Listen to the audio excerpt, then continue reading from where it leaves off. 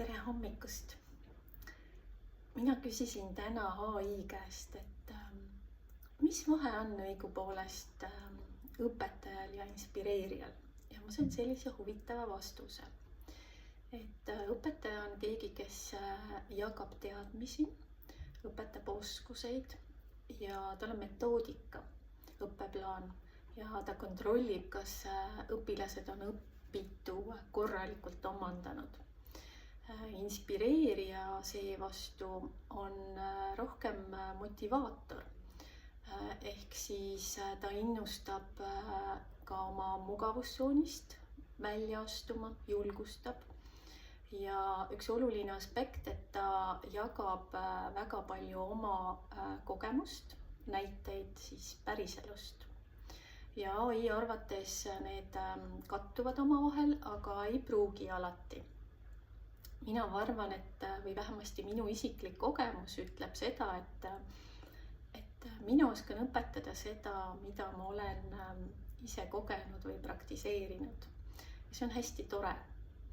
Ja üks asi, mis mind ennast on väga palju inspireerinud juba väga kaua aega, on Ayurveda, mis baseerub siis looduse seadustel.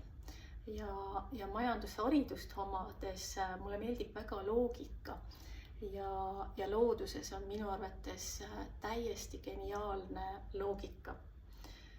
Ja see loogika on lihtne ja seda ma püüan ka edasi anda.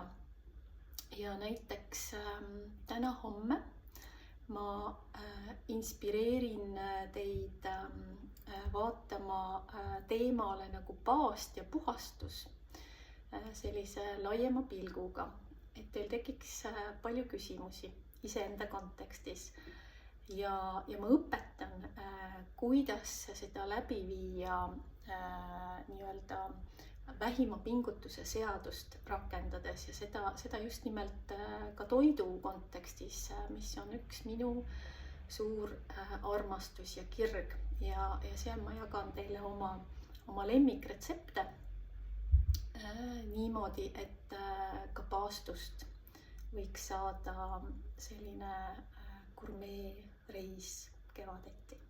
Nii et ootan teid rõõmuga.